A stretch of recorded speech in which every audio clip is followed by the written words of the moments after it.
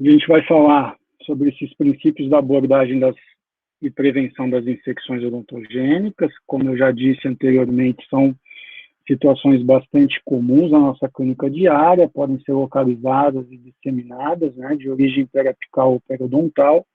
E a forma mais simples que a gente tem de abordar essas infecções, do ponto de vista didático, é entender que a sua natureza polimicrobiana se dá em função da cavidade bucal ser uma cavidade bastante contaminada por bactérias indígenas que habitam naturalmente o suco gengival, a placa bacteriana, a superfície das mucosas, sendo os streptococcus os principais representantes aí dessas bactérias. E a grande maioria das infecções é causada por bactérias que exercem o seu metabolismo na presença ou na ausência de oxigênio, então são as bactérias mistas. E a forma mais didática de abordar o tratamento dessas infecções seria por meio de princípios descritos no livro pelo professor Flynn, no livro do Rupp, Ellis e Tucker, onde eles estabelecem 8 princípios que a gente pode reunir em 3 etapas. A primeira que envolveria os 2 primeiros princípios, a segunda, o terceiro e o quarto, e a última etapa do 5º ao 8º princípio. E a gente vai começar sobre essa primeira etapa, onde a gente estava falando sobre a determinação da gravidade dessa patologia, né, dessa doença, e a avaliação do estado dos mecanismos de defesa. Então, a gente conversou sobre a importância da história completa, de identificar a queixa principal para que a gente possa estabelecer qual foi a velocidade dessa evolução, quando ela teve início, se é o primeiro momento ou o segundo, o terceiro momento de tratamento, se houve ou não automedicação, avaliar aspectos dos exames físicos extra- e intrabucais, como edema, presença ou não de flutuação, dificuldade respiratória, alterações de pressão arterial e frequência cardíaca, e principalmente o fator da temperatura, que vai ser um fator que a gente vai usar como um método, uma informação importante para encaminhar e para tratar esse paciente no ambiente ambulatorial. Os exames radiográficos, como eu disse, quando possível, um exame intrabucal no tratamento ambulatorial, desde que a gente não tenha trismo presente, mas na grande maioria das vezes, em função da presença do trismo, a gente vai precisar fazer exames extra-orais, pode ser uma radiografia panorâmica, se tiver acesso, mas se a gente estiver dentro de um hospital, geralmente a gente vai precisar de outras tomadas, como as laterais oblíquas de mandíbula, a póstera anterior, e sempre que possível a tomografia computadorizada com janela para tecidos duros e tecidos moles, e finalmente estabelecer em que estágio se encontra a infecção, se é no estágio de celulite ou abscesso. Então, o primeiro princípio de estabelecer a gravidade da infecção, ele vai passar pela identificação da qualidade das defesas locais do hospedeiro, da virulência desses micro-organismos e da integridade das barreiras anatômicas que a gente vai identificar adiante, sejam elas tecido ósseo ou as inserções musculares. Então, o que a gente precisa lembrar, entrando já no segundo princípio? Que todo o processo saúde e doença, ele se manifesta a partir de um desequilíbrio, onde a gente tem como fiel dessa balança a imunidade do doente e fatores ambientais. Então, todas as vezes que houver um desequilíbrio entre esses 2 fatores, a gente tem a saúde e a doença de um lado, a gente vai acabar tendo uma maior ou uma menor gravidade desse processo. Então, como é que a gente pode avaliar, então, esse estado dos mecanismos de defesa? Primeiro, a gente precisa avaliar quais são as defesas locais, ou seja, as barreiras anatômicas presentes naquele local da infecção. Quando a gente tem uma fístula, o que uma fístula representa, seja ela pelo lado vestibular ou palatino? A fístula nada mais é do que um trajeto de drenagem daquela secreção. E muitas vezes a gente pode ter uma fístula cutânea, ou seja, vocês vão ver casos em que a gente tem a drenagem dessa infecção na pele. E aí eu tenho uma gravidade maior porque eu tenho micro-organismos que colonizam a nossa pele que não estão presentes dentro do meio bucal. Então, quanto maior o comprometimento dessas barreiras anatômicas, mais difícil vai ser o tratamento dessa infecção, porque muitas vezes ela vai estar em espaços profundos, mais distantes do local inicial, onde está lá o fator etiológico dente que está causando essa situação. Da mesma forma, se a gente avaliar a condição sistêmica do hospedeiro, do paciente, a presença de doenças metabólicas como o diabetes, pacientes etilistas, desnutridos, pacientes que estejam em tratamento oncológico, pacientes que por qualquer outra situação usem medicamentos que interfiram na sua capacidade imunológica, então pacientes portadores de doenças autoimunes que usam medicamentos imunossupressores, podem ter uma evolução desfavorável de uma infecção odontogênica. Né? Uma infecção que em um paciente imunocompetente, num paciente saudável, não teria grandes repercussões clínicas, num paciente na presença de uma doença como diabetes, numa situação descompensada, numa situação de imunossupressão, podem ter uma evolução menos favorável.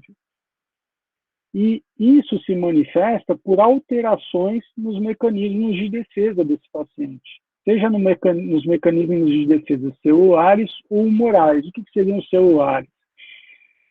Relacionados à presença e à quantidade dos leucócitos, né, da série branca do nosso sangue. E aí a gente tem que lembrar que nós temos duas grandes famílias de leucócitos, os agranulócitos, onde a gente encontra o linfócito e o monócito, e os granulócitos, onde a gente encontra o neutrófilo, o basófilo, o eosinófilo, lembrando que o neutrófilo é aquela primeira célula de defesa que vai chegar quando a gente tem um processo inflamatório infeccioso. Então, é a linha de frente do nosso sistema imune. E, posteriormente, os monócitos se diferenciando em macrófagos, os linfócitos produzindo os anticorpos, as imunoglobulinas, vão atuar no processo da imunidade específica, né? Então, a imunidade inespecífica seria dada na presença dos neutrófilos e a específica por meio da produção das imunoglobulinas, né, dos anticorpos. E não esquecer também aquele conjunto de proteínas que a gente tem, que formam o sistema do complemento, onde a gente tem lá a via clássica, a alternativa e a via da lectina, que também são importantes, né, no mecanismo, como mecanismo de defesa frente a uma infecção. Então, quando a gente avalia esses dois princípios, a gente consegue, então, determinar qual seria, mais ou menos, a gravidade do quadro desse paciente, para que, então, a gente possa seguir para a segunda etapa do tratamento, que seria estabelecer se esse tratamento pode ser feito de forma ambulatorial por um cirurgião dentista clínico geral, ou se a gente vai precisar encaminhar esse paciente para um atendimento hospitalar ou para um cirurgião bucomaxilofacial. E como esse tratamento cirúrgico ele vai ser feito. Então, vamos para esse terceiro princípio, né? Quando que eu, como cirurgião dentista clínico geral, posso executar este tratamento e quando eu deveria encaminhá-lo para um especialista. Então, o primeiro sinal de alerta que tem que surgir é a temperatura corporal elevada, ou seja, a presença de febre. Mas quanto de febre? A partir de 38 graus, a gente já tem uma situação que demanda maiores cuidados para esse paciente, porque a sua capacidade metabólica ela está alterada, a necessidade de manter hidratação ela é importante e muitas vezes a gente precisa fazer isso, essa reposição com esse paciente internado por uma administração endovenosa. Outra coisa importante é a presença de trismo acentuado, então aquele paciente que tem um trismo com menos de 10 milímetros. 10 milímetros seria mais ou menos um dedo. O paciente abre a boca menos do que um dedo. Ou seja, esse paciente ele não está conseguindo se alimentar adequadamente e também não consegue respirar adequadamente. Então, é um critério para encaminhamento. porque ele vai ter uma aparência tóxica. O que é uma aparência tóxica? É um paciente inapetente, um paciente que se mostra prostrado, muitas vezes ele tem uma proeminência, ele projeta a cabeça para frente na tentativa de aliviar a via aérea, buscando maior alívio respiratório. Ele tem dificuldade de deglutição, a gente chama isso de disfagia. Ele pode ter dor à deglutição, seria a odinofagia. E também lembrar do comprometimento das defesas desse indivíduo. Então, na anamnese, identificar se existe alguma coisa que possa comprometer os seus mecanismos de defesa. Na presença desses fatores, a gente já deveria encaminhá-lo para um tratamento de preferência hospitalar, e aí entra, então, a atuação do cirurgião bucomaxilofacial, né? Por outro lado, infecções que têm uma progressão muito rápida também devem acender um sinal vermelho, porque se essa progressão for muito rápida, ou eu tenho uma virulência muito grande por parte dos micro-organismos, ou eu tenho um comprometimento importante desses mecanismos de defesa. E uma forma bastante simples que a gente tem de identificar isso é observando quais os espaços faciais, e aí observem a grafia de faciais, né, faciais de fáscia muscular, quais desses espaços estão acometidos.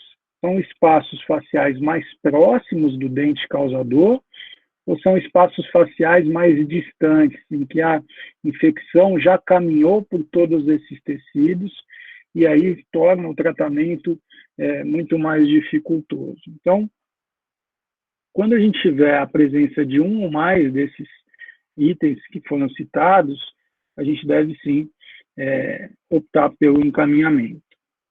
E como é que a gente identifica os estágios? Então, se vocês forem ver nos livros textos, os dois principais estágios são de celulite e abscesso, mas alguns autores também citam um terceiro estágio, que seria o primeiro estágio, o estágio de inoculação da infecção. Mas os mais importantes, né, seriam os estágios de celulite e de abscesso. Então, na verdade, uma infecção ela pode se manifestar em qualquer um desses estágios. Então, uma celulite seria uma infecção com uma duração aguda. Quando a gente está falando de aguda, a gente está falando em termos cronológicos. Então, uma infecção que ela tem ali entre 1 e 5 dias que ela se iniciou. Já o abscesso é uma infecção crônica, né, que se cronificou, foi um processo que se cronificou ao longo do tempo.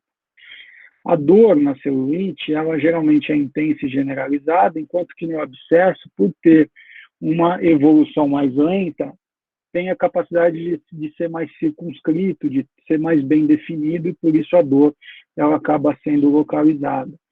Por isso que o volume desses estágios ele também é bastante diferente. Na celulite eu tenho limites difusos, então eu acabo tendo um volume um pouco maior. E a palpação, como o abscesso é uma infecção crônica, eu tenho bastante produção de restos necróticos que acabam formando o que a gente conhece como pus. E na celulite, a gente não vai ter essa consistência flutuante. Muitas vezes a gente tem uma consistência de pastosa endurecida, por isso que nos livros textos mais antigos, algumas infecções são denominadas como lenhosas, né, por esse aspecto mais enrijecido. E o grau de gravidade, em função de ter limites difusos da celulite, ele é bastante mais severo, né, muito mais importante do que os abscessos. Os abscessos, como são infecções crônicas, o suporte vascular ele é menor, né, daquela região, então o que predominam, né, naquele local são micro-organismos anaeróbios. Isso é muito importante, que a gente vai ver lá nos últimos princípios, que em algumas situações a gente precisa prescrever antibióticos, e eu preciso conhecer qual tipo de bactéria eu tenho em cada situação. Então vamos falar primeiro sobre o trajeto de disseminação dessas infecções. Então a gente tem que considerar a relação anatômica do ápice radicular com as tábuas ósseas e também com as inserções musculares principais naquela região. Então aqui a gente destaca o músculo bucinador, o músculo miloide e o levantador do ângulo da boca, como fatores importantes para que se a gente vai ter um aumento de volume intra ou extrabucal. Então, vamos falar primeiro sobre os espaços faciais que são envolvidos num primeiro momento, ou seja, os espaços faciais primários.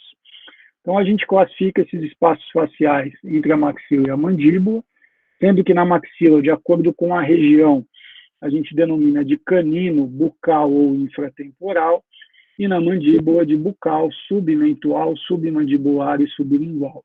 Então, observem que o espaço bucal é um espaço comum, tanto a maxila quanto a mandíbula, porque ele é determinado pela inserção do músculo bucinador, né?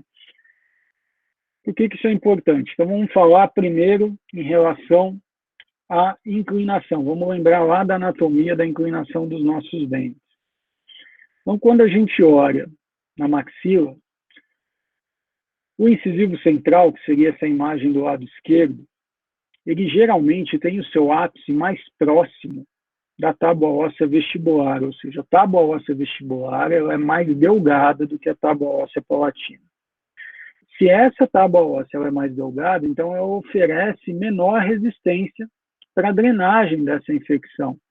Por isso que muitas vezes no incisivo central, num canino, o ponto de drenagem, o aparecimento da fístula, ele se dá pela face vestibular. Já nos incisivos laterais superiores, geralmente esses dentes têm o seu ápice mais próximo da parede palatina. Então, consequentemente, a área de menor resistência vai ser a parede palatina e muitas vezes, então, a gente vai ter uma presença de fístula ou um aumento de volume pelo lado palatino. Então, o ponto de drenagem, o primeiro fator que determina o seu ponto de drenagem seria a resistência óssea do local.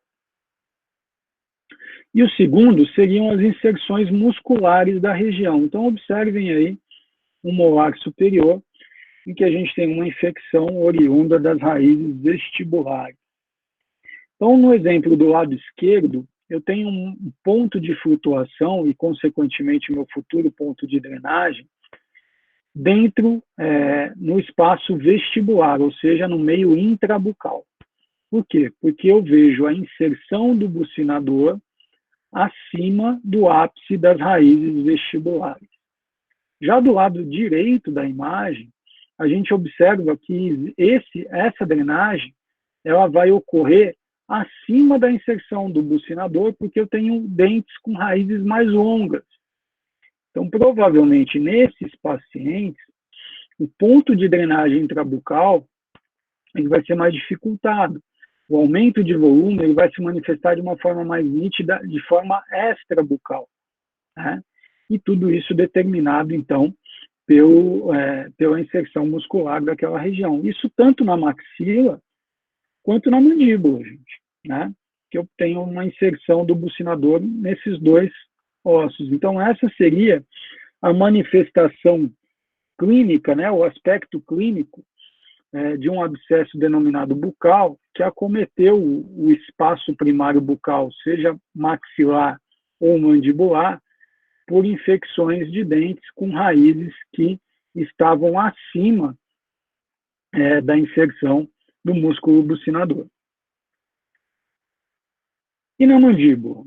Na mandíbula, qual músculo, além do bucinador, também pode determinar o ponto de drenagem?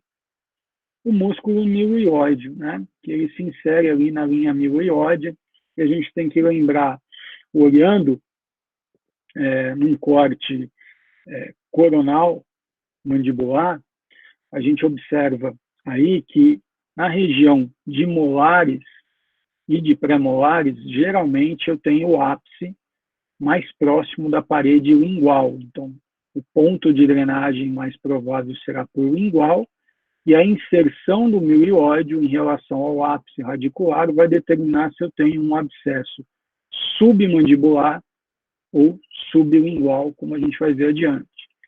Nos dentes anteriores, né, da mandíbula, aí a gente pode ter um ponto de drenagem também por vestibular, uma vez que a tábua óssea vestibular pode ser mais delgada do que a tábua óssea lingual. Então, vamos olhar primeiro em relação à inserção do miloióide. Observem ali na face medial da mandíbula, onde a gente encontra, delimitando ali com uma linha vermelha, a linha miloióide. E vocês conseguem observar, por aquelas setas amarelas, qual seria a distância da porção coronária de um molar e de um pré-molar em relação à miloióide. O que eu quero dizer com isso? Que é muito provável, é muito mais comum que a gente tenha molares com raízes que ultrapassem a inserção do miloióide do que pré-molares, porque a linha miloióide na região de pré-molares ela é mais baixa. Então, essa inserção do miloióide também é mais baixa, né? Por que isso é importante, pessoal? Porque é isso que vai determinar se a gente vai ter a formação de um abscesso submandibular ou de um abscesso sublingual. Então, vejam aí um exemplo de um abscesso submandibular. A gente tem lá um molar, com as raízes mais próximas da tábua óssea lingual, e raízes longas, que se estendem além da linha miloióide, ou seja, além da inserção do músculo miloióide. Então, o ponto de drenagem ele vai ocorrer abaixo do músculo miloióide e vai gerar, então, um aumento de volume submandibular. Por outro lado, se eu tenho na região de pré-molares essa infecção, ou na região de molares também, porém molares com raízes mais curtas, e nesse caso a gente vai ter essas raízes acima da linha miloióide, a gente vai ter um ponto de drenagem intrabucal, um aumento de volume intrabucal, caracterizando então um abscesso sublingual. Então, o que está determinando aí nada mais é do que o nível de inserção do músculo miloióide. Por isso que é muito mais comum abscessos sublinguais serem causados por dentes anteriores, né, por pré-molares, por caninos, assim como os abscessos submentuais, né, no caso dos incisivos e dos caninos. Então, a gente sempre tem que lembrar dos fatores de resistência, das barreiras anatômicas locais. A espessura da tábua óssea, qual a tábua óssea está mais delgada em relação ao ápice, e as inserções musculares da região, porque são as primeiras barreiras anatômicas que vão conter essa infecção. Essas barreiras anatômicas, elas podem ser, então, rompidas e comprometidas de acordo com a evolução da infecção. Então, nós temos na face os músculos mastigatórios e os músculos da mímica. E esses espaços, determinados pelas faces musculares, eles são preenchidos por um tecido conjuntivo frouxo. Na presença de uma infecção, esse tecido conjuntivo frouxo, ele acaba se tornando muito edematoso e evoluindo para a formação de pus, e essa infecção ela vai se disseminando por esses espaços faciais mais distantes, que nós chamamos de espaços faciais secundários. E a nomenclatura desses espaços, vocês vão perceber que ela está diretamente relacionada com a anatomia do local. Então, o espaço facial massetérico ele vai estar relacionado à presença ali, à inserção do músculo masseter na parede, na face lateral do corpo mandibular. O espaço facial pterigo-mandibular, o temporal superficial e profundo. E espaços faciais mais distantes, como o lateral da faringe, o retrofaringe, o pré-vertebral, e, por fim, chegando nos espaços faciais torácicos e cervicais, onde eu tenho uma gravidade muito maior dessas infecções. Então, para a gente ilustrar aqui, nessa imagem, quais seriam os espaços faciais próximos ao ramo mandibular.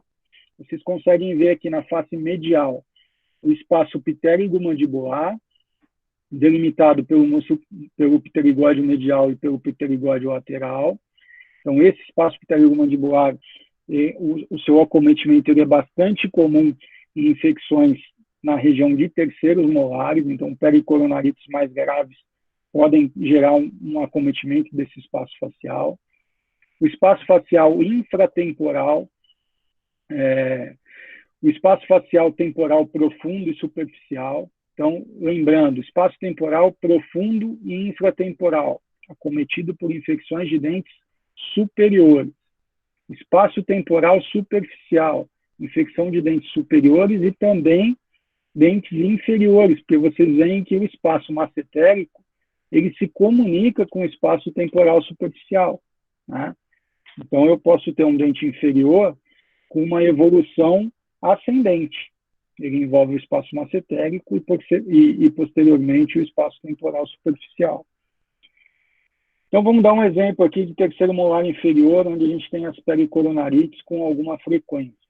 Então, considerando aqueles primeiros princípios lá, da capacidade imunológica do paciente e da virulência do micro-organismo, eu posso ter uma pericoronarite mais branda, restrita ali à região pterigomandibular, por isso que vocês estão vendo ali em verde. Então, o verde significa uma situação de menor gravidade, mas em determinados pacientes, isso pode evoluir para o acometimento do espaço lateral da faringe e, posteriormente, para um espaço retrofaríngeo, o que já leva a uma obstrução de via aérea e pode ter um desfecho fatal para esse paciente. Então, uma infecção odontogênica, ela não deve ser subestimada. A gente deve tratar essas infecções com bastante seriedade, né? E aí a gente chega no quarto princípio, que seria o tratamento cirúrgico. E aqui cabe uma observação importantíssima, que eu já disse isso para vocês na aula de terapêutica, inclusive a aula também já está lá no canal do YouTube, que em odontologia, antibiótico terapia é tratamento complementar. Em odontologia, a gente trata a infecção por meio da remoção da causa, ou seja, ou por meio da exodontia, ou por meio da endodontia, ou por uma raspagem periodontal. Por quê? Porque a gente tem acesso direto à área da infecção. A gente consegue intervir diretamente nessa região. Muitas vezes a exodontia e a endodontia, a remoção da causa, ela não vai poder ser feita num primeiro momento. Num primeiro momento, o que eu vou poder fazer é simplesmente a drenagem cirúrgica. Essa drenagem pode ser por meio de um acesso endodôntico ou pode demandar um acesso cirúrgico intra ou extrabucal. Mas assim que houver condições de se realizar a remoção da causa, ela deve ser feita. Porque se não for feita a remoção da causa, esse paciente pode ter uma recorrência dessa infecção no futuro, e essa recorrência, com certeza, vai ter uma gravidade maior do que o primeiro evento, né? Porque eu já tenho micro-organismos resistentes, eu já tenho destruição tecidual, e muitas vezes a gente tem uma gravidade maior. Então, a remoção da causa, ela é essencial assim que possível, tá? Então, vamos falar das vias cirúrgicas de drenagem, né? Os acessos endodônticos, vocês vão aprender na endodontia, os acessos periodontais, vocês vão ter na periodontia. Então, a via cirúrgica, ela vai ser intra ou extrabucal. Então, que vai determinar isso aqui que a gente já discutiu. Tábua óssea mais espessa e inserções musculares. Então, vamos pegar esse exemplo aqui de uma infecção odontogênica com origem em um pré-molar inferior. Então, observem que eu tenho a tábua óssea vestibular mais próxima do ápice. Então, eu tenho uma tábua óssea vestibular mais delgada e eu tenho esse ápice acima da inserção do bucinador. Portanto, eu vou ter um aumento de volume vestibular, um acometimento do espaço vestibular com uma manifestação intrabucal.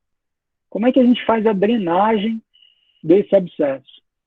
Então, o primeiro ponto é a anestesia, né? E se a gente lembrar lá da anestesia, vocês vão lembrar que o mecanismo de ação do anestésico local, quando a gente tem uma infecção, ele está alterado porque em um pH ácido a gente tem uma menor quantidade de base livre do anestésico e, consequentemente, eu tenho uma menor efetividade do bloqueio daqueles canais de cálcio que a gente conversou, daqueles canais de sódio que a gente conversou na aula de anestesia. Professor, Então, pode falar. Nesse momento, então, eu como cirurgião dentista clínico geral, eu posso intervir ou só o... Quando a gente está falando de uma... independente se a drenagem é intra ou extrabucal, se eu tenho um paciente imunocompetente e acometimento de espaços faciais primários, ou seja, só próximos da área da infecção, o cirurgião dentista clínico geral, ele pode exercer a drenagem, tá? Tanto intrabucal quanto extrabucal. Okay? Obrigado, professor. Ok. Imagina. Então, voltando para a anestesia, se a gente executar uma técnica infiltrativa, né, com certeza, em primeiro lugar, a gente não vai ter uma boa técnica anestésica. Em segundo lugar, a gente pode disseminar esse material séptico para camadas mais profundas teciduais. Então, a anestesia ela deve ser feita à distância por meio de um bloqueio. No caso da mandíbula, que tipo de bloqueio a gente vai fazer aí? O bloqueio do nervo bucal. Eu não preciso bloquear alveolar inferior e lingual. Basta que eu faça o bloqueio do nervo bucal. Com o bloqueio do nervo bucal, qual vai ser o ponto de incisão, né? Então, a gente sempre vai eleger como ponto de incisão o ponto de maior flutuação. E aí a gente vai realizar essa incisão um pouquinho diferente daquilo que o professor Fernando falou na aula de princípios cirúrgicos fundamentais. Ele mencionou para vocês, a gente vai com a lâmina, insere a lâmina no tecido, até tocar o tecido ósseo. Aqui a gente não vai fazer isso, eu não quero tocar o tecido ósseo, eu só quero criar uma via de drenagem, então a minha incisão ela vai se ater à mucosa ou submucosa. Então a gente faz essa incisão, pode ser com uma lâmina 15 ou uma lâmina 11, como vocês estão vendo nessa ilustração, no ponto de maior flutuação, e com o auxílio de uma pinça hemostática, a gente penetra nessa incisão e faz a divulsão, ou seja, eu entro com o instrumento fechado, abro no interior do tecido e faço uma divulsão para orientar a drenagem dessa secreção purulenta. Nesse momento, é importante que o meu auxiliar esteja atento com a ponta de sucção para não deixar o paciente deglutir esse conteúdo purulento, né? Então, a gente sempre posiciona a ponta aspiradora bem próxima ali para poder aspirar essa secreção purulenta. Muito bem, a gente vai, então, ter quase que imediatamente uma redução desse volume. Porém, se nós deixarmos a cicatrização ocorrer de forma espontânea, o fator etiológico da infecção ainda está ali, o dente ainda está presente. Então, vai ocorrer a cicatrização desse local e uma nova secreção vai se formar, vai ter um novo aumento de volume, um novo abaulamento que vai demandar uma nova incisão. Então, a gente sempre coloca um dreno. E o que a gente usa como dreno? Então, existem drenos pré-fabricados de látex, denominados drenos de Penrose. Existem vários diâmetros, geralmente a gente usa o diâmetro número 1, mas isso a gente só vai ter acesso se eu estiver dentro de um hospital, geralmente. Bom, se eu estou lá no meu consultório e não tenho dreno de Penrose, o que eu posso usar?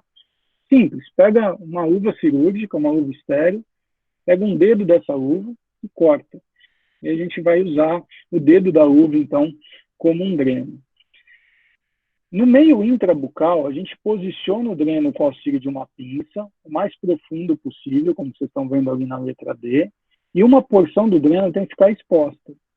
Só que com a movimentação e a inserção dos músculos aí nessa região, se esse dreno não ficar estabilizado, é muito provável que ele saia por completo, ou que essa porção que a gente deixou aí exposta penetre na cavidade e a cavidade feche.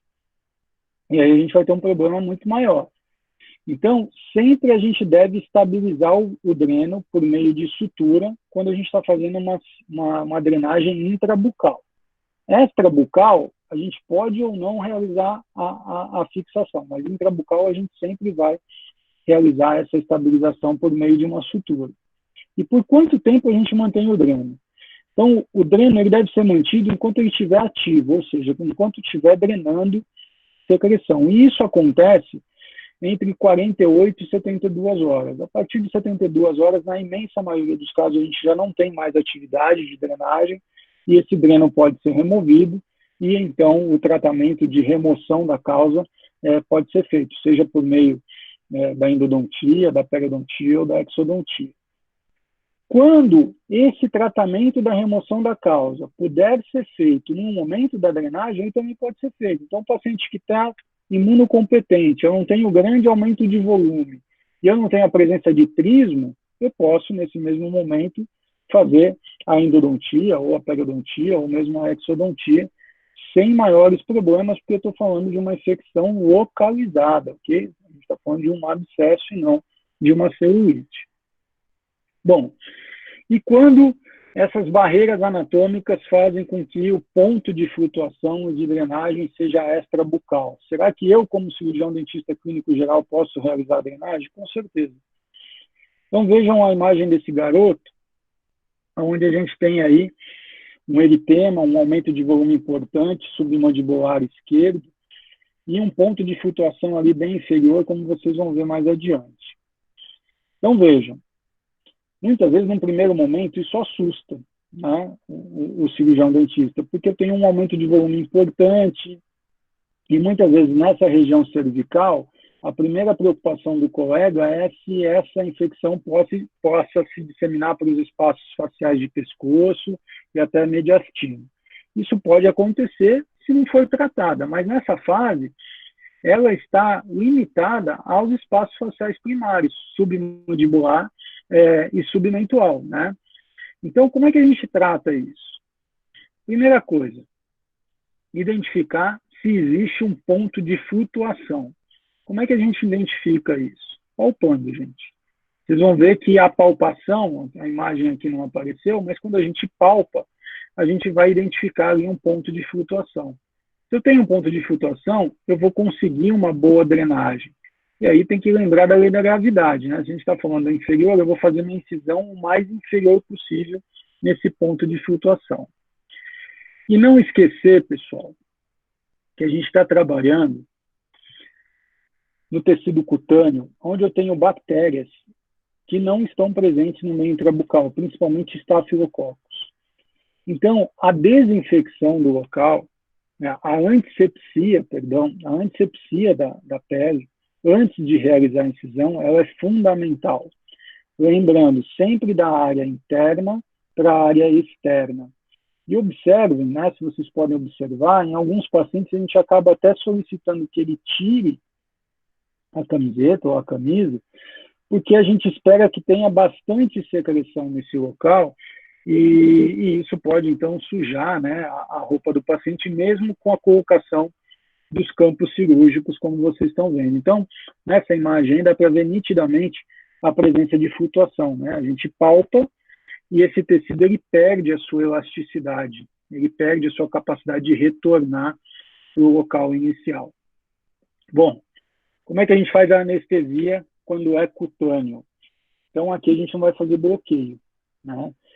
Por quê? Porque a chance da gente acometer nervos motores, ela é bastante grande. Então, a gente faz uma anestesia superficial só na região de derme e epiderme. Muitas vezes a gente não chega nem no subcutâneo. Então, a gente entra com a agulha quase que paralela ao tecido cutâneo, veja, e a gente vai depositar uma quantidade mínima de anestésico, o suficiente para que a gente promova alguma isquemia daquele local. Por que eu não vou fazer uma penetração profunda? Para não correr o risco de eu disseminar esse conteúdo infeccioso para as camadas mais profundas teciduais. Então, a sua anestesia, e o teu objetivo com a anestesia, é aliviar o desconforto da incisão.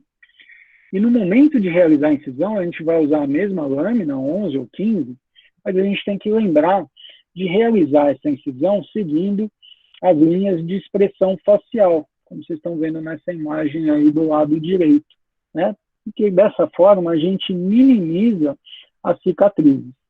Então, realizando a incisão, essa incisão não precisa ser longa, uma incisão de no máximo 10 milímetros é mais do que suficiente.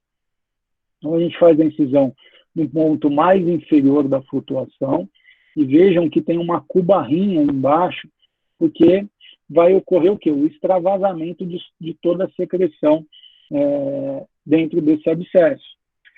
Então, a gente faz a incisão no plano cutâneo, aprofunda um pouquinho até ultrapassar o plano subcutâneo, e então a gente entra com uma pinça hemostática, como vocês viram anteriormente no intrabucal, com ela fechada, e abre no interior dos tecidos. E com a minha mão oposta, a gente vai fazer um movimento de ordenha, orientando, então, a drenagem de toda essa secreção.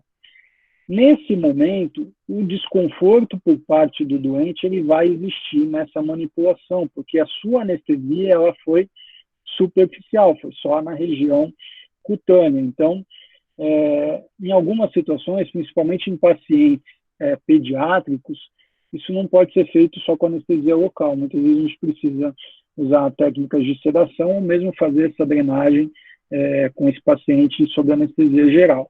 Mas um paciente adulto, bem orientado, a gente vai explicar que vai incomodar um pouco, a gente consegue fazer isso de forma ambulatorial, só com anestesia local. Quando a gente entra com o instrumento, abre no interior dos tecidos, imediatamente a gente começa a ter a drenagem da secreção. Então, veja a quantidade de secreção que começa a ser drenada. Além do aspecto não ser agradável, o cheiro também não é muito agradável. Então, assim que a gente acaba de drenar toda essa infecção, um auxiliar ou circulante, ele já recolhe esse material, né, e a gente substitui essa cuba por uma outra cuba limpa para a gente diminuir, né, essa sensação desagradável aí do ambiente de drenagem. Então, a pinça ela é introduzida em várias direções e com a outra mão a gente vai realizando aquele movimento de ordenha. Então, vejam a quantidade de secreção coletada nesse paciente e a gente para de realizar essa ordenha a partir do momento que a gente começa a observar a saída de bastante, não só de pus, mas também de sangue.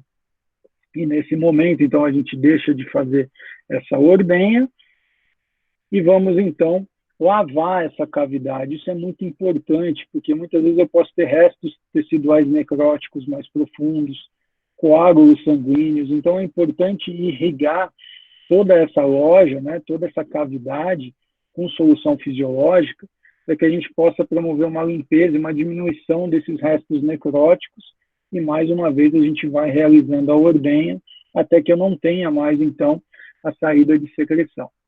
Bom, nessa fase, o paciente já sente um alívio bastante grande, né, pelo ato da drenagem dessa secreção.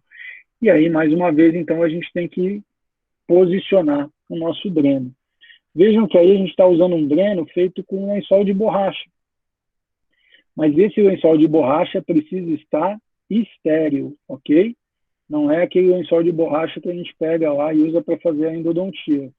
Então, lá na cirurgia, esse é um caso mais antigo, né? O professor José Roberto Salima, ele tinha por hábito manter algumas tiras de lençol de borracha esterilizadas e a gente usava essas tiras, então, para acomodar em toda a cavidade. Vocês estão vendo a gente posicionando com uma pinça anatômica o dreno no interior da cavidade, até que a gente deixe uma porção muito pequena do dreno exposto.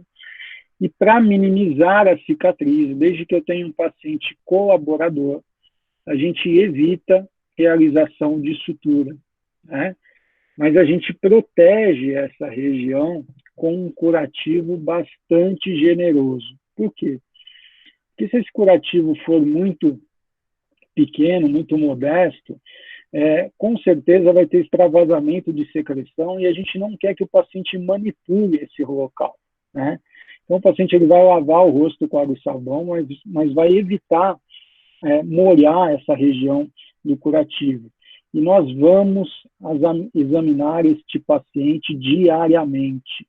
Não existe realizar uma drenagem desse porte e observar esse paciente só depois de 2, 3 dias. Esse paciente precisa de uma evolução diária. A gente precisa examinar esse paciente diariamente e é por isso que muitas vezes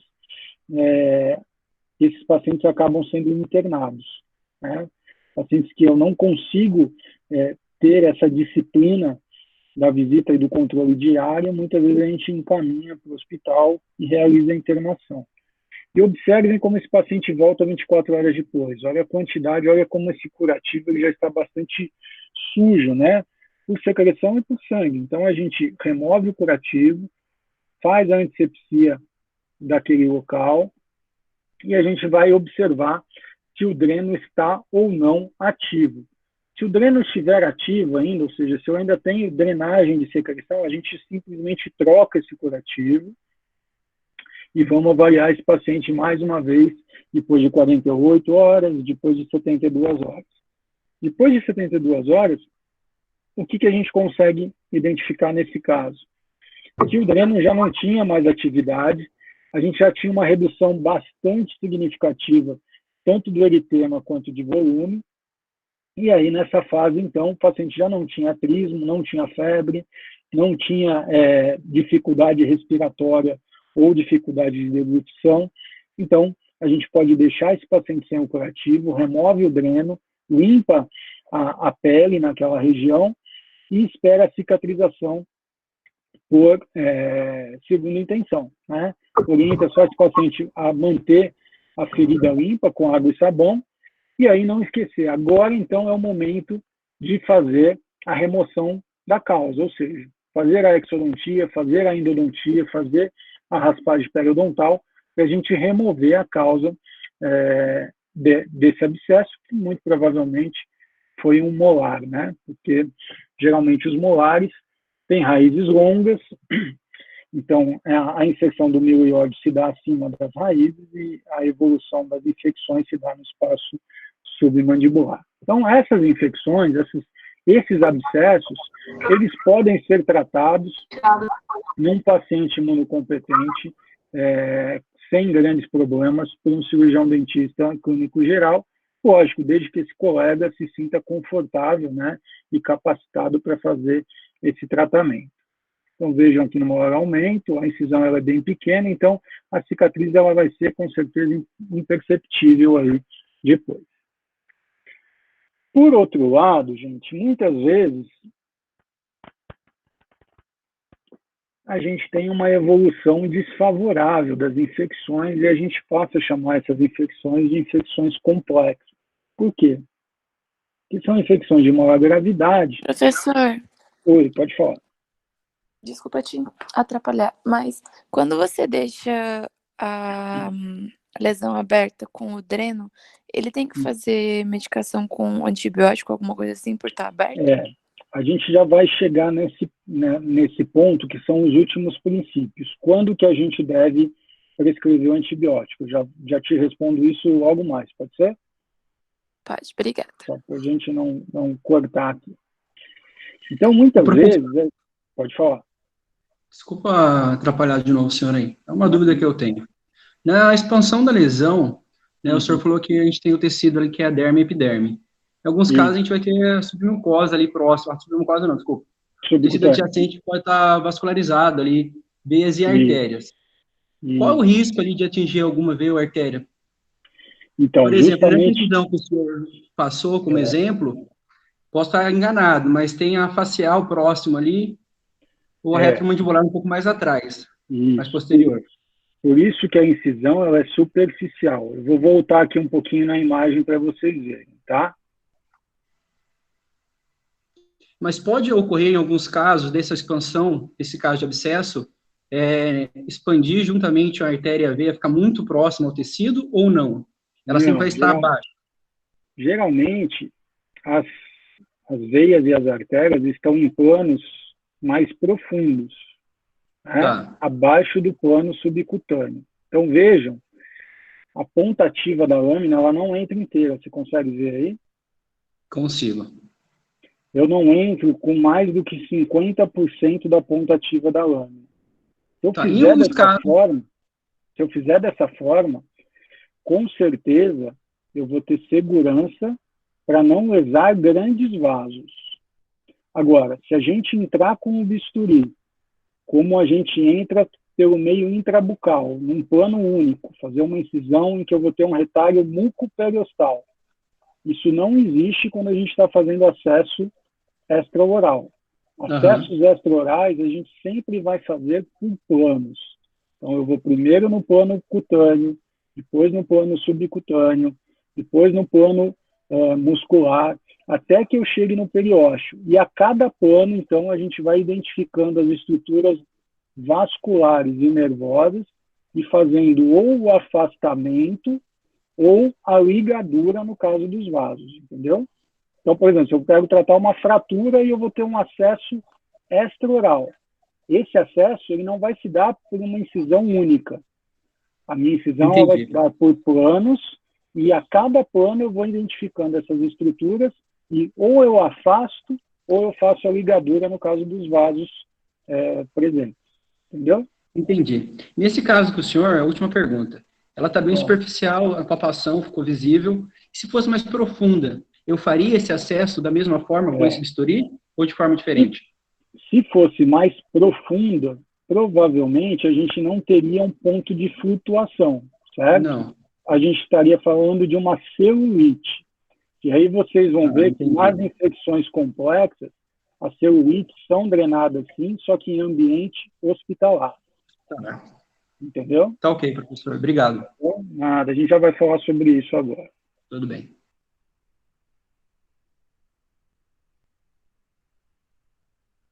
Então, vamos voltar. Rodrigo, estão perguntando no chat quando é que você tira o dreno. Então, depois de 72 horas, a imensa maioria dos casos a gente já pode remover o dreno porque é o tempo em que ele não vai estar mais ativo, tanto por meio intrabucal como por extrabucal. Agora, se o dreno continuar ativo depois de 72 horas, a gente vai ver com 96 horas, e assim por diante.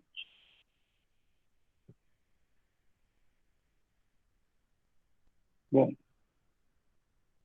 então voltando lá para as nossas infecções complexas, que são aquelas situações mais graves. Por que elas são mais graves? Porque eu tenho o acometimento de espaços faciais profundos da região de cabeça e pescoço, em que eu posso ter uma disseminação ascendente, seja por uma via sinusal ou hematogênica, ou uma disseminação descendente, né? Então vamos entender um pouquinho melhor tudo isso.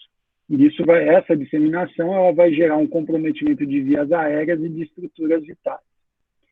Então, a gente cria uma gradação de menor gravidade para mais alta gravidade de acordo com os espaços faciais acometidos. Então, a gente usa a cor verde para baixa gravidade, a cor amarela para uma gravidade média e a cor vermelha para demonstrar situações de alta gravidade, onde eu tenho risco de óbito, né?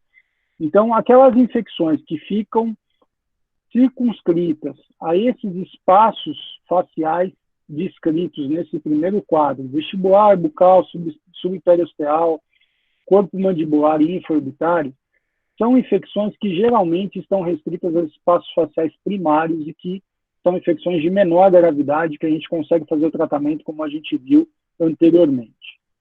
A partir do momento que essas infecções não foram tratadas nesse estágio e começam a progredir para espaços faciais mais distantes, a gente começa a aumentar também a gravidade. Por quê? Porque eu começo a ter um comprometimento de vias aéreas em menor ou maior grau e também de estruturas vitais. Então, na média gravidade, a gente tem os espaços perimandibulares, o espaço submandibular, sublingual, submentual, submacetérico, pitéligo mandibular e temporal superficial e profundo. Nessas situações, a gente ainda pode intervir, seja de forma ambulatorial ou de forma hospitalar, de acordo com o tipo de paciente que a gente está tratando. Agora, quando eu tenho o acometimento desses espaços faciais no quadro de alta gravidade, nessas situações, o tratamento desse paciente é sempre em ambiente hospitalar, o paciente internado. Seriam os espaços profundos do pescoço, o espaço faríngeo lateral, retrofaríngeo, pré-traqueal, o espaço perigoso ou potencial, que é o espaço ali na transição do pescoço para o tórax, o mediastino, o espaço intracraniano, uma trombose de seio cavernoso e, por último, aí, um abscesso cerebral. Então, o desfecho de uma infecção que acomete todos esses espaços, ele pode ser o óbito. Então, a gente tem uma gravidade muito maior dessas situações. Bom, então, as nossas vias de disseminação de uma infecção odontogênica, a gente pode ter uma via de disseminação ascendente, ou seja, essa infecção pode acometer a região encefálica. Como que ela atinge, né? essa região intracraniana. Pode ser por uma via hematogênica, então vocês estão vendo aqui uma anatomia dos vasos, né, das veias do crânio. Então a gente tem ali a veia oftálmica inferior e superior e o plexo venoso pterigóide, por onde drenam todas as veias da região da maxila. E vejam a proximidade dessas estruturas com o seio cavernoso, que está imediatamente justaposto às membranas encefálicas. Então, uma disseminação hematogênica, ou mesmo pelo seio maxilar, etimoidal e esfenoidal, ela pode facilmente atingir as meninges, isso evolui para uma meningite, posteriormente para uma encefalite ou para um abscesso cerebral, e gerar e ter um desfecho fatal para esse paciente. Da mesma forma, a gente pode ter uma via de disseminação, aqui uma ilustração de uma via de disseminação ascendente, acometendo ali a região do espaço infra e supraorbitário, e aqui nessa imagem tomográfica com janela de tecidos moles, aí, um abscesso na região temporal superficial, vejam que o edema, né, e o comprometimento, ele assusta bastante, não só o paciente, mas como o profissional. E obviamente, a gente não vai tratar um paciente desse de forma ambulatorial. Vejam que o paciente tem dificuldade respiratória, tem um turismo importante, então esse paciente ele precisa de um suporte sistêmico de tratamento. Inclusive, esses abscessos eles podem levar a maurose, ou seja, que é a perda da visão sem dano do nervo óptico. Então, isso é uma coisa bastante séria, né? E, da mesma forma, a gente pode ter uma disseminação descendente, né? A gente tem ali a face pré-vertebral, o espaço retrofaríngeo, depois o espaço potencial, ali já na zona de transição do pescoço para o tórax, e, finalmente, o mediastino, em que eu posso ter uma evolução para uma mediastinite, e também o óbito desse paciente. Então, a taxa de mortalidade dessas infecções, quando elas já acometem esses espaços, ela é considerável. A literatura ela é controversa, mas a gente encontra dados que variam de 10% a 20% de mortalidade, isso é bastante significativo, inclusive em pacientes pediátricos, como vocês estão vendo nessa imagem de ressonância magnética, onde eu tenho um abscesso ali no espaço pré-vertebral de um paciente pediátrico, né? Então, isso é uma coisa bastante grave e importante, precisa ser identificado. Outra complicação dessa disseminação descendente seria a necrose das fáscias, né? Não só das fáscias, mas também do tecido subcutâneo. Então, vocês têm aí exemplos de uma fasciite necrosante cérvico-facial, em que o paciente ele perde toda essa substância cutânea e subcutânea com exposição, muitas vezes, da camada muscular, o que aumenta em muito o risco de infecções secundárias e oportunistas e, consequentemente, ao aumento da mortalidade, seja por uma mediastinite ou por um choque séptico. Então, o tratamento desses casos ele é bastante difícil, muitas vezes ele envolve inúmeros procedimentos cirúrgicos de debridação dessa ferida sob anestesia geral, com suporte sistêmico desse paciente muito bem feito, e, infelizmente, em boa parte dos casos, o desfecho ele acaba sendo fatal, né? Então, uma infecção odontogênica, ela demanda, sim, um cuidado extremo na sua abordagem. E das mais conhecidas, dentro dessas infecções complexas, seria uma manifestação denominada angina de Woodward. Então, a angina de Woodward, na verdade, ela não é um abscesso, é uma celulite. Então, eu não tenho limites definidos, eu tenho limites difusos, eu não tenho ponto de flutuação, e eu tenho o acometimento de múltiplos espaços faciais mandibulares de forma bilateral. Então, o espaço submandibular, espaço sublingual, o espaço submentual são acometidos bilateralmente.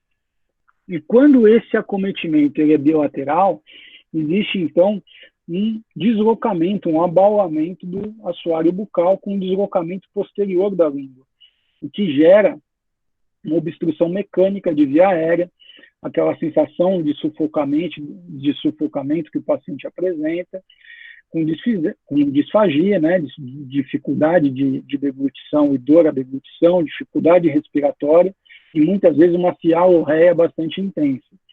São muito comuns em infecções causadas por molares com ápices abaixo da linha miloióide. E se vocês olharem, então, o exemplo aí dessa imagem, vocês conseguem ver a diferença, né? Só olhando visualmente, a gente já consegue ver a diferença de consistência dessa situação clínica para aquela situação que eu mostrei para vocês de uma drenagem extrabucal. Aqui, quando a gente faz a palpação, a gente sente uma consistência dura, né, pastosa, não tem o ponto de flutuação. Então, para que eu faça uma drenagem desse local, mesmo não tendo pulso, vocês vão ver que a gente procura fazer os acessos de drenagem, isso vai demandar muitas vezes a divulsão de vários planos teciduais. Tá? Bom, então, qual que é a principal preocupação da angina de Woodward?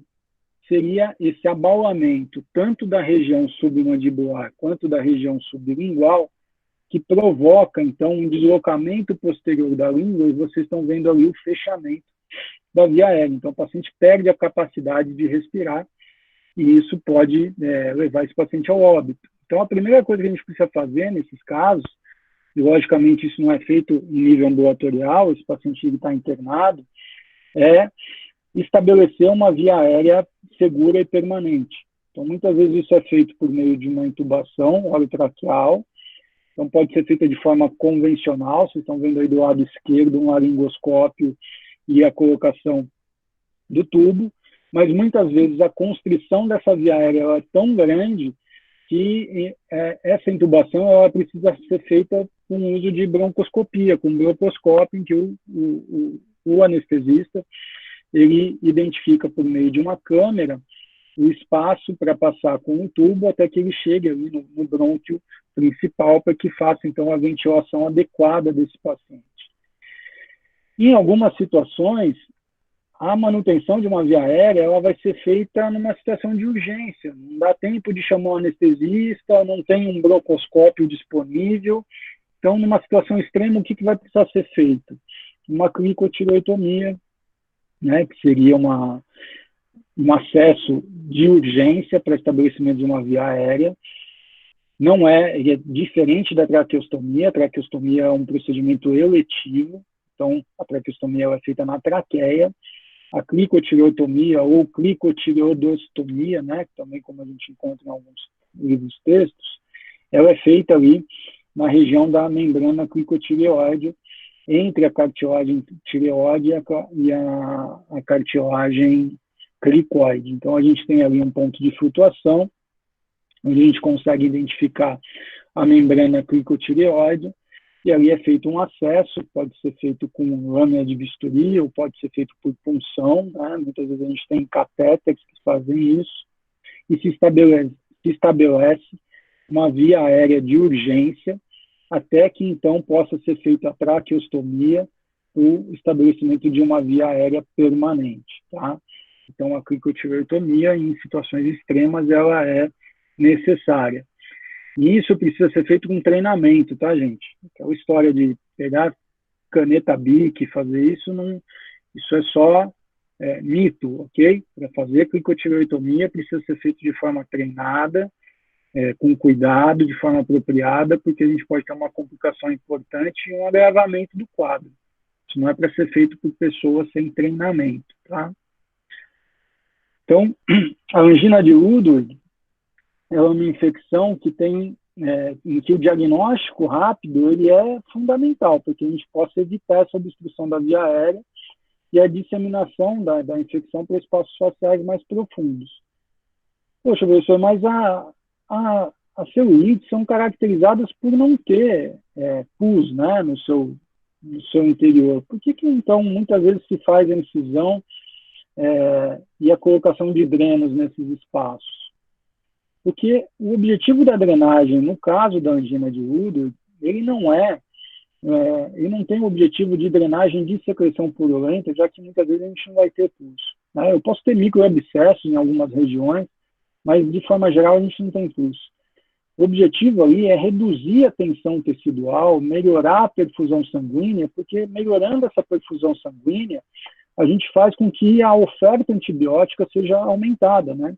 Já que esse paciente está recebendo antibiótico por via intravenosa, geralmente a gente está usando, geralmente o antibiótico utilizado é a penicilina G cristalina, por via intravenosa, de 4 em 4 horas, 4 milhões de unidades internacionais. Então, quando a gente faz a drenagem e estabelece a comunicação entre esses espaços com os drenos, a gente consegue uma melhor oferta do antibiótico no local e uma melhor evolução desse paciente. A diferença é que essa drenagem ela é feita em ambiente hospitalar, sob anestesia geral, porque eu preciso, então, ir em planos mais profundos. Então, aquela pergunta que vocês tinham me feito anteriormente, já dá para ver aí nessas imagens como os instrumentos estão penetrando muito mais, tá vendo? Então, isso é feito por planos e, muitas vezes, pela necrose que existe naquele local, a gente encontra espaços mortos em que a gente consegue penetrar com o instrumento sem ter a resistência de nenhum plano tecidual. E, então, aí são colocados múltiplos drenos, são drenos de Penrose que foram estabilizados, veja o paciente entubado e esse paciente, então, vai ser observado, a sua evolução clínica dia após dia. Então, essas são drenagens diferentes, são drenagens feitas sob anestesia geral. E aí a gente entra, então, na última etapa, que seria o suporte médico e a escolha, né, a decisão de se optar ou não pela administração do antibiótico. Então, o suporte médico, né, por que isso é importante? Então, nesse quinto princípio, principalmente nas infecções complexas, que são aquelas infecções tratadas em ambiente hospitalar, o monitoramento dos mecanismos de defesa do paciente dia após dia ele é importante. E isso é feito por meio de exames laboratoriais. Então, a coleta de material, muitas vezes ela tem que ser diária, para que a gente possa avaliar como estão os mecanismos de defesa, tanto celulares como humorais desse paciente. Além disso, a presença de febre, ela aumenta a necessidade de reposição de fluidos e a demanda metabólica. Para vocês terem uma ideia, a cada aumento de grau de temperatura, a gente tem um aumento de demanda metabólica de 5% a 8%. E isso pode ser ainda agravado se eu tenho doenças sistêmicas descompensadas, como, por exemplo, um diabetes. Se eu tenho um paciente cardiopata, em que eu tenho um controle mais dificultado dessa doença cardiológica. Então, esses pacientes precisam de um suporte médico mais intensivo e, por isso, muitas vezes, eles precisam ficar internados. Agora, se eu tenho infecções localizadas como os abscessos, pacientes imunocompetentes, esse suporte ele pode ser feito à distância, né, pelo próprio cirurgião dentista, no consultório, com visitas diárias nos primeiros dias até a remoção do dreno, e depois o tratamento da remoção da causa, né? Então, tudo vai depender da gravidade. E isso também vai influenciar em quando, né, como que eu vou escolher e como que eu vou prescrever os antibióticos. A primeira coisa que a gente tem que estabelecer, gente, é que isso é um mito, né? Será que para toda infecção eu preciso administrar antibiótico? E a resposta para isso é não. Definitivamente não.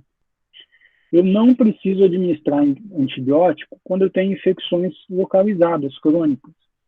Muitas vezes vocês vão chegar na clínica, depois de realizar um procedimento, e falar, professor, poxa, esse paciente ele tinha na radiografia uma imagem radiolúcida no periápice, característica ali de um processo infeccioso crônico. Preciso prescrever antibiótico depois da cirurgia? O que estava causando aquela infecção? Não era o dente? Não foi feita a exodontia? Então, eu removi o fator causal. Então, eu não tenho mais a presença do fator etiológico. Então, eu não preciso prescrever antibiótico. A mesma coisa quando eu tenho uma pericoronarite branda, onde eu não tenho aumento de volume exagerado, não tenho presença de pus, tenho pacientes imunocompetentes, né? Outra pergunta que é feita com frequência: eu tenho um paciente diabético descompensado, preciso prescrever antibiótico? Bom, em primeiro lugar, a gente não deveria nem ter feito a exodontia, cirurgia, mas se foi numa situação de urgência, eu preciso prescrever antibiótico, se eu conseguir fazer a remoção da causa, também não. Eu vou só orientar a higienização do local, por meio de clorexidina, por bochecho intraoral, né? Então, se o tratamento cirúrgico adequado foi alcançado, eu tenho um paciente imunocompetente com uma infecção localizada, eu não preciso prescrever antibiótico. Então, naquele caso que eu mostrei para vocês, de uma drenagem extraoral, ali eu já tenho um aumento de volume maior, espaços, eu fiz uma drenagem cutânea, eu tinha um paciente com dificuldade de limitação de abertura, com limitação de abertura bucal, tinha um paciente em estado febril, ele não estava com febre acima de 38 graus, então naquela situação sim, o uso do antibiótico ele estava indicado. Mas se fosse uma drenagem intrabucal, como vocês viram naquelas ilustrações, naquela situação a gente poderia abrir mão do antibiótico se eu tivesse um paciente imunocompetente. Então essas seriam as indicações para o uso de um antibiótico. Então, nas infecções onde eu tenho um aumento de volume com rápida evolução, quando eu tenho uma tumefação difusa, quando eu tenho um indivíduo com comprometimento do seu sistema de defesa, com o envolvimento dos espaços faciais profundos e distantes, situações de pericoronarites graves, onde a gente identifica febre, trismo, edema acentuados, né? Eu tenho o acometimento do espaço pterigomandibular, isso pode evoluir para os espaços faríngeos, e na presença de osteomielite a gente também deve usar antibiótico. Quando a gente não deve usar antibiótico, aquelas situações que eu já disse para vocês anteriormente, tá? Inclusive nas alveolites secas, que eu tenho aquela osteite alveolar, que é um processo causado por uma fibrinólise precoce ali do coágulo, então ali é um processo bastante localizado, a gente não precisa de antibiótico sistêmico, a gente só vai fazer o tratamento local da alveolite, ok? Bom, e qual antibiótico, né, que seria ainda aí no sexto princípio? Se a gente conhece quais são os principais micro-organismos responsáveis pelas infecções odontogênicas, a gente não deve inventar moda nessa situação. Eu vou, então, usar a terapia empírica.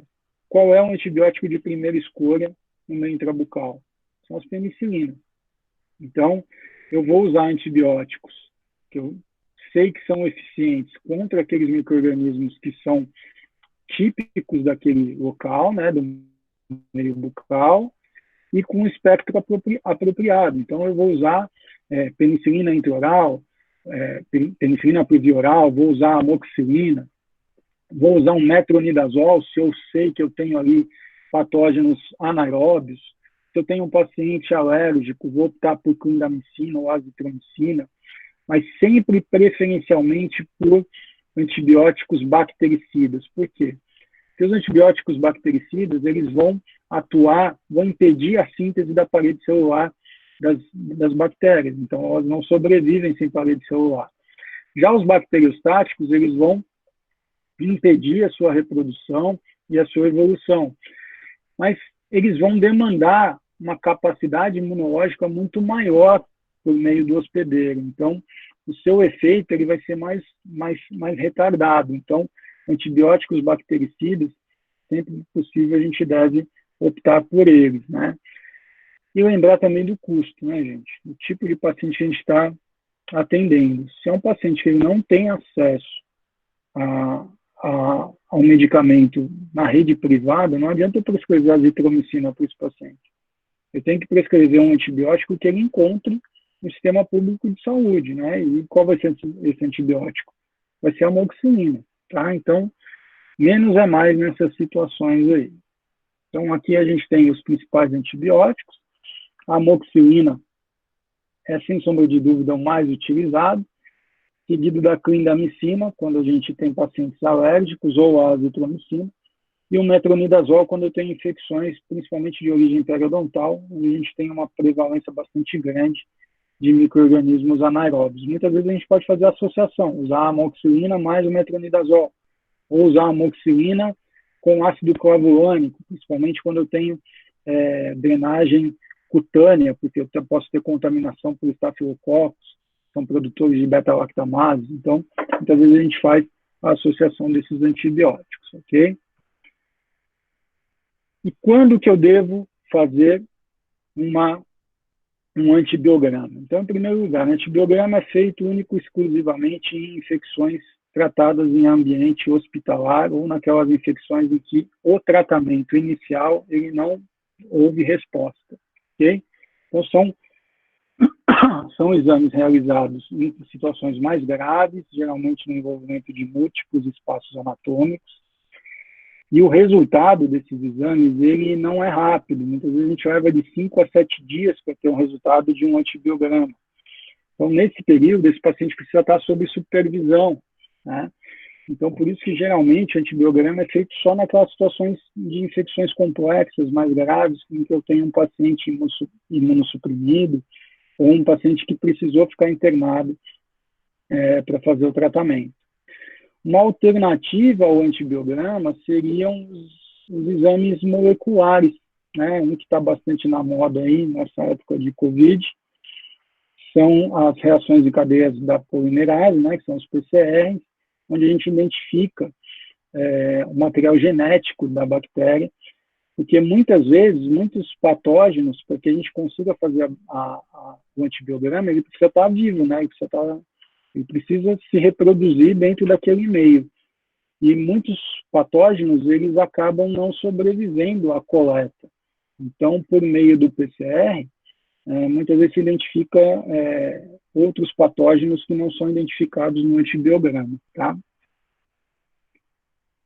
E o último princípio, o penúltimo princípio, que seria administrar um antibiótico apropriadamente. Então, aqui a gente tem duas situações, o paciente ambulatorial e o paciente internado. O paciente internado é mais fácil controlar tudo isso. Agora, no paciente ambulatorial, a gente vai precisar da colaboração desse paciente.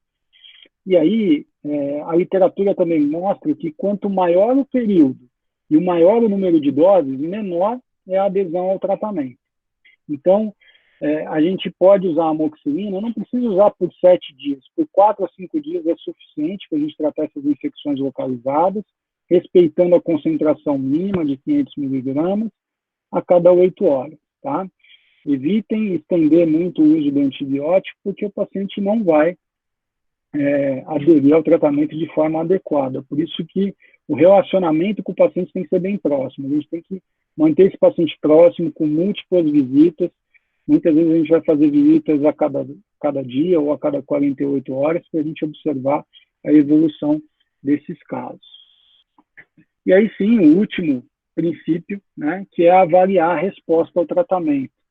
Se a gente identificou que esse edema não diminuiu, que não houve redução do trismo, o paciente continua com dificuldade respiratória, eu não tenho nenhum tipo de evolução favorável desse quadro, se eu tenho um paciente ambulatorial, provavelmente eu vou precisar internar esse paciente para que eu dê um suporte maior a ele. Se eu tenho um paciente já internado, muitas vezes a gente vai ter que buscar se não existem patógenos oportunistas agravando essa infecção, se eu não tenho doenças sistêmicas que possam estar comprometendo os mecanismos de resposta desse paciente. Então, a avaliação frequente ela é bastante importante, tá, gente? Com retornos regulares no caso dos pacientes ambulatoriais. E aqui, a gente tem as referências usadas, eu coloquei lá para vocês também no Google Classroom 2 materiais complementares para que vocês possam ler, junto com o link para a aula da semana que vem. E agora eu vou interromper aqui o compartilhamento e abrir aí para que vocês possam fazer as perguntas de vocês, tá? Alguém tem alguma dúvida? Ô, professor. Pode falar.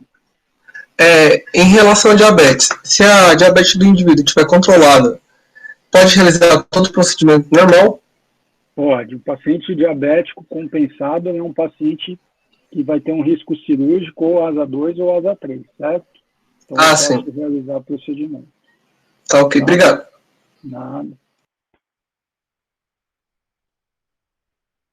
A Ana Laura está perguntando sobre o espaço vestibular e o espaço bucal. Então, eu vou colocar novamente aqui a aula para que eu possa pôr lá no slide.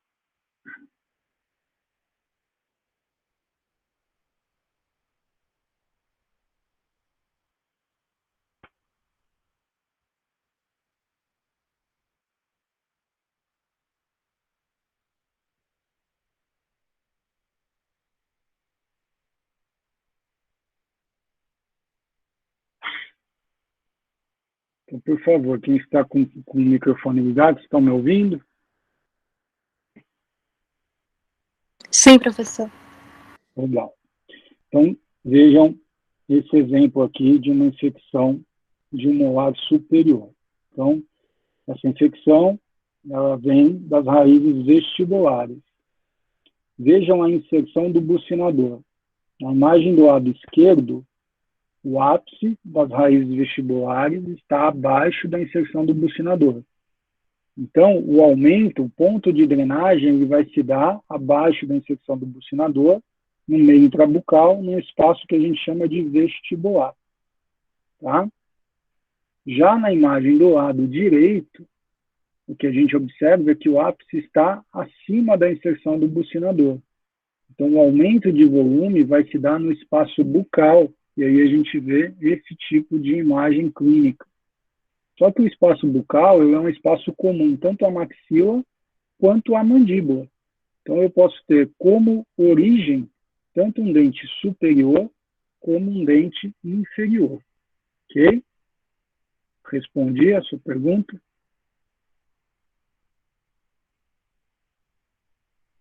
Legal.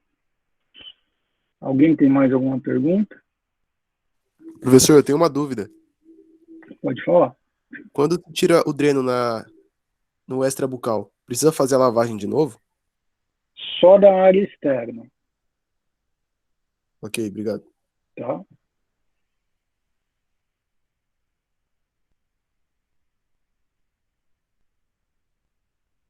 Tudo bem, gente? Mais alguma coisa? Professor, quando o paciente está com o dreno intrabucal, tem alguma restrição em relação à alimentação? A gente sempre pede para o paciente manipular o menos possível ali aquele local, né? Então, foi importante ter perguntado que eu esqueci de comentar com vocês. Então, para ele evitar alimentos sólidos e quentes, porque isso pode aumentar o sangramento naquele local. E a higienização, né, ao escovar, tomar bastante cuidado para não bater a escova na região de estabilização do dreno. Então, naquele local, a gente orienta o paciente a ter bastante cuidado com a escovação e usar um antisséptico intrabucal, de preferência clorexidina, 2 vezes ao dia, manhã e noite. Tá bom? Obrigada. Nada. O Bruno está perguntando aqui se tem algum tipo de alimento que pode prejudicar, né, esse processo. A nossa maior preocupação é em relação ao sangramento, Bruno. Então, evitar alimentos quentes nas primeiras 24 horas e também alimentos sólidos, né? Estão me perguntando de um código de acesso. Eu coloquei, foi importante vocês terem falado, no e-mail da turma, de cada turma, tanto do integral como do noturno, porque como eu não tenho o e-mail individual de cada um, eu fiz o convite no e-mail de cada turma. Se vocês olharem aqui, ó, o código, eu vou digitar o código aqui no chat para vocês. Só um minuto.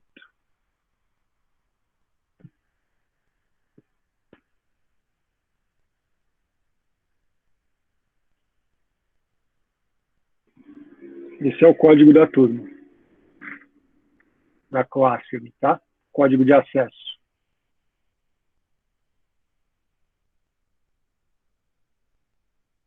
Tudo bem? Mais alguma pergunta, gente?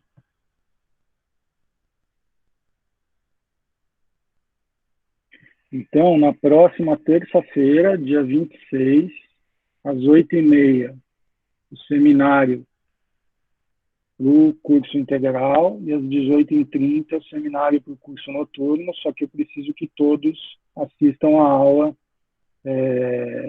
de cistos odontogênicos lá no IDENTE, ok? Qualquer dúvida, podem me mandar e-mail que a gente vai se falando. Uma boa noite aí para todo mundo. Como vai funcionar o seminário? O seminário ele só vai ser proveitoso se vocês trouxerem as dúvidas de vocês e durante o seminário a gente vai discutir alguns casos que estão lá e a gente vai ter algum processo de avaliação nos seminários. Tudo bem?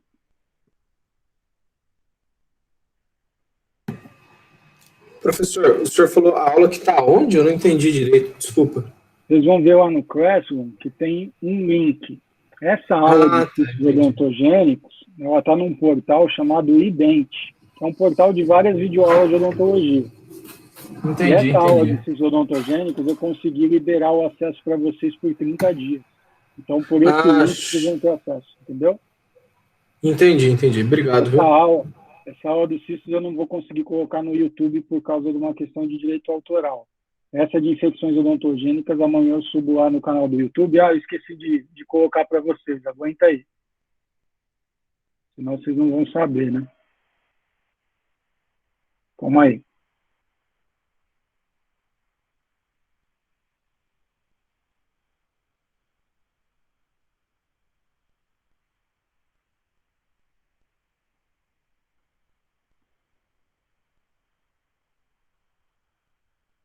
Nesse período de quarentena aí, gente, a gente fez algumas videoaulas e aí eu acabei criando esse canal lá no YouTube e a aula de terapêutica também está lá, tá? Para vocês poderem ter acesso.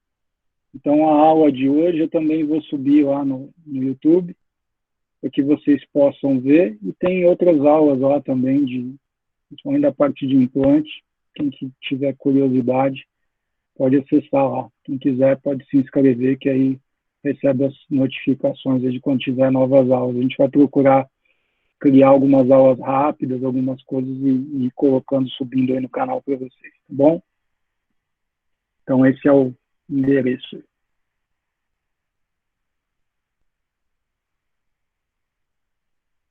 Beleza? Mais alguma coisa? Então, boa noite aí para todo mundo e até semana que vem.